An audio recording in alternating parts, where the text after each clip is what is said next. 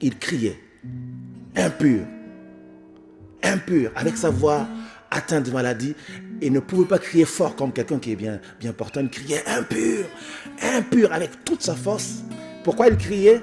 Parce que le contact avec un lépreux rendait impur. Donc c'était question de dire, écartez-vous de mon chemin, sinon vous serez impurs comme moi.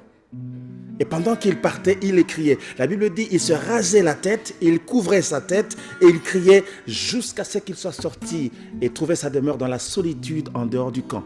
C'était très fort comme punition. La loi n'avait pas une autre façon de régler cette affaire. C'était comme ça que la loi réglait cette affaire. Lorsque vous lisez dans Lévitique, c'est là qu'il devait attendre sa guérison, si guérison viendra.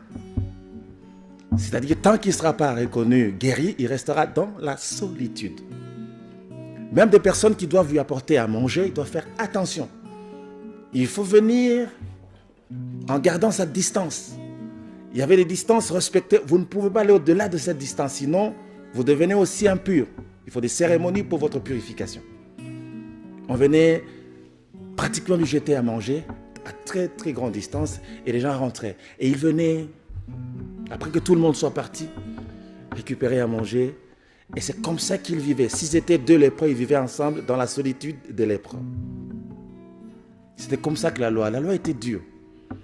Mais s'il arrivait que quelqu'un était guéri pendant ce temps, il fallait qu'on l'amène devant le sacrificateur. Je prends les détails pour vous donner un sens de ce qu'on va dire tout à l'heure en ce qui concerne la grâce. Quand quelqu'un manifestait des signes de guérison, on l'amenait devant le sacrificateur. Le sacrificateur sortait avec lui en dehors du camp, il vérifiait si effectivement il est guéri. S'il est guéri, on cherchait l'agneau, je souligne. On cherchait l'agneau.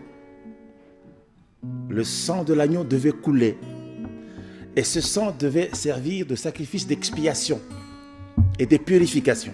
Comprenez le rôle de l'agneau. Alléluia. Comprenez le rôle de l'agneau. Il fallait la présence de l'agneau. De la même façon pour l'adoration à l'époque d'Abraham, il fallait la présence de l'agneau.